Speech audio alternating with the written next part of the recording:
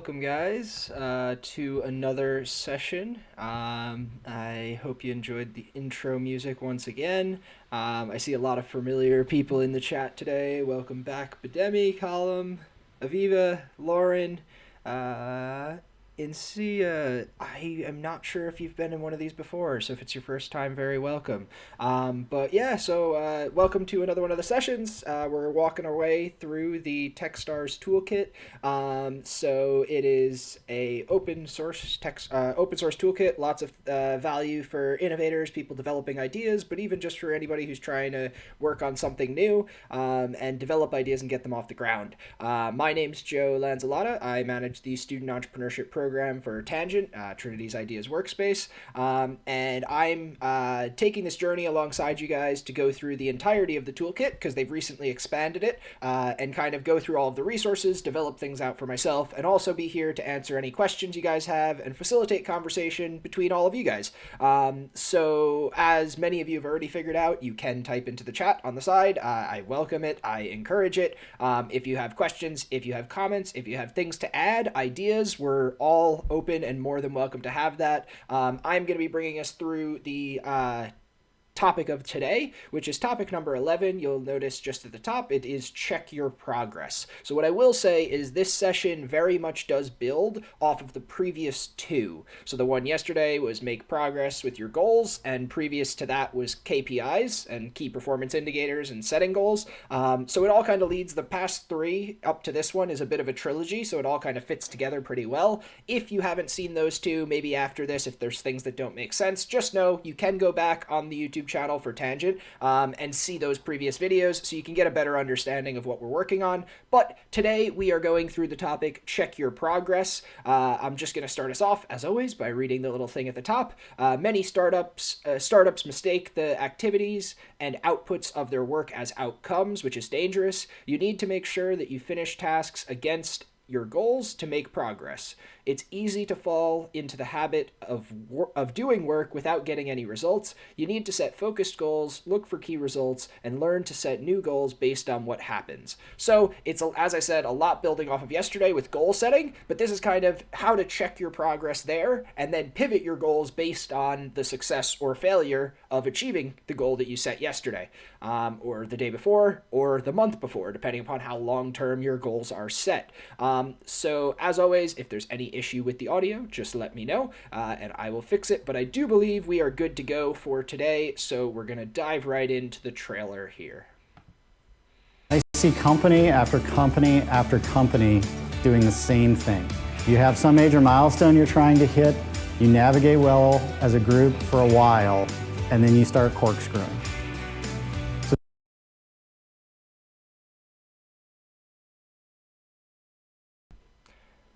Today is about figuring out how to not do this. A well-stated goal that's effective has two components: the mission component and the outcome component. So that's specific enough, I know what the mission is, but it's ambiguous enough that I can see myself and I can bring my magic into that work. And as a startup, it's dangerous to be on either side of that. The trick early on is most of what you're doing, you'll have no idea if it's valuable or not. So a big piece of potentially your mission is figure out if this works, figure out if this is valuable.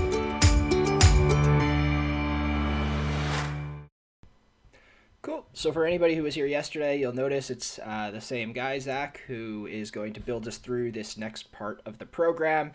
It is a bit of a shorter session today. We might finish up a bit early. Welcome, Linda. And the three topics we're going to go through is how do we set goals, how do we make progress on our goals, and how do we get work done faster. So it all kind of brings together the things that we've been looking at before. Again, if you want more detail, you can go back to the previous sessions. So I'll just dive right into the first video of the day. How do we set goals? This video looks at steps you can take to set focused goals and identify your expected key results. It looks at the importance of learning from the difference between what we thought would happen and what actually happens as a way to set new weekly goals. So goal setting was yesterday. Now we're going to look at what happens at the other end of either achieving or not achieving those goals.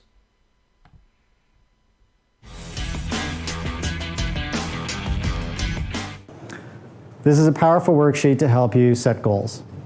And this is the minimum viable dose after trial after trial after trial to get this down. This is the smallest bits necessary to set effective goals. So what you want to do is you want to grab the one from last week. Well, congratulations, this week you don't have one from last week, so you have to take your best guess. Grab a new one, a blank one. You can print these out and do them by hand if you want. Any lean aficionados in the room will know you always do them by hand. Never use a computer. I'm a pragmatist, use a computer. I don't care what you use. So how do we go through it? What I'm going to do is walk us through the various different sections of this worksheet and talk about how to go through them. There's a facilitation guide that I produced as well that you can have up and step through. It's got facilitation prompts, the questions you ask, all the materials you need, the techniques to use, it's all there. This isn't just about getting things done, it's about learning. As adults, we have to take structured time to reflect and learn. So a piece of this is that take your last week's sheet, or if you don't have one this week, because this is potentially your first week you're setting a goal, take your best guess what your goal was last week. Most of you will stand there and go, didn't have a goal. Just getting stuff done. That was our goal last week. So again, that really gets you into that trap of motion versus progress. So reflect on that. When you do this next week, copy in the objective and key result, what you expected would happen, into the top part of this, top left part of the form. Then go in and note the actual results. So this is an example from a Techstars company. So their previous objective was understand how landing pages affect member registration. Their expected result was increase member registration via landing pages from 50 a week to 60 a week. So that was their objective and their key result. Then note the actual result. So it increased from 50 to 70. So it improved. Now what's interesting is human nature is when stuff is better than we expected, we all jump around and celebrate, high five, and then go on our way. But it's important to confront the fact, why was it 10 better than we were expecting? What can we learn from that? What was the unexpected upside that we encountered that maybe we want to take advantage of next week? So take the time to reflect on that. It's really important, be honest about the gap. As human beings, our nature is that, again, this is why you don't measure based on this stuff. Oh, if we're under our expected, we're going to get punished, so I'll fudge it up a little bit so it's as close as possible because I get done what I say I'm going to get done. This is about learning. It's not about bragging about what you get done. So be very honest about that gap. So in this case, it was 10 better than what they thought. The reason we write this down, if you take one thing out of this, it's writing this down is huge.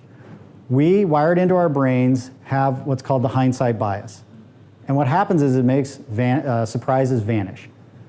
When we experience things in life, our brain is wired for the reaction of, yeah, it's about what I expected would happen. And because it's about what I expected would happen, it's not startling, it's not noteworthy, and I go on about my day. Super important for most of life, otherwise we'd be startled and surprised by just about everything we encounter. But in this context, what happens is it robs us of our learning. Because learning happens in between confronting what we expect will happen with what actually happens. And if you don't do that, you don't learn. This is a fundamental part of the scientific method. Another piece of this, though, is, which is another fundamental sort of tribal part of scientific method, is when a scientist goes, that is super important. All the big breakthroughs in science generally happen when a scientist goes, And they go, because they're confronting what they thought was going to happen with the actual lab results. So don't rob yourself of being able to go, magic is inside of there. There are insights into how your business works when you hear that. So what can we learn from last week's OKR? So that's the next section. Note the learnings you want to consider as you set this week's OKR. So in this case, in launching a new landing page test, we discovered how many different elements there are to test, and that the hero image was the most important factor. So they were surprised by, wow, there was a lot to do here, a lot of different variables, and the hero image was the most effective. Then think about what advice you would give yourself based on those learnings. So when you take those learnings in, learning is great, but learning applied is really what we're after here. And so based on that learning, what advice would you give yourself about how you should operate, goal set, focus for the next week? And so in this case, their advice was, we suspect that changing the hero image in other channels will improve overall registration rates. So that's the integration of that learning into future action in the business. Then they decided on what objective they want to do based on all those learning, based on what's going on in their world. So they noted the objective for the following week, which was to improve overall user registration rates across all the channels. So notice how that's specific enough that you can figure out how to work on it, ambiguous enough that there's still room there for everybody's wisdom and how to move that forward. Their key result then is what you said, like how are we going to measure we're actually making progress along that. So for them, it was to increase new user registrations from 24% to 26% across all their channels. Because again, this is a test across all the channels. Very specific, they knew exactly. I encourage you, when you know the starting value, don't say just make it improve by 5. Give the current value, because it will force you to make sure you actually have a current value. So in this case, they knew 24% was their current value. They wanted it to go to 26%, which for their business was a pretty huge impact on the bottom line. So this is very ambitious. And then, why are you doing it? So in this case, they had some powerful learnings from the landing page test, and they wanted to see if those learnings can improve everything overall. Initially, when you're small, communication is all through osmosis. You're all on the same page. As you scale, you're going to become storytellers. The cool thing about these worksheets, and in fact, what all lean worksheets should have in common is it's a way to help you structure your thinking, and more importantly, it's a way to help you tell the story.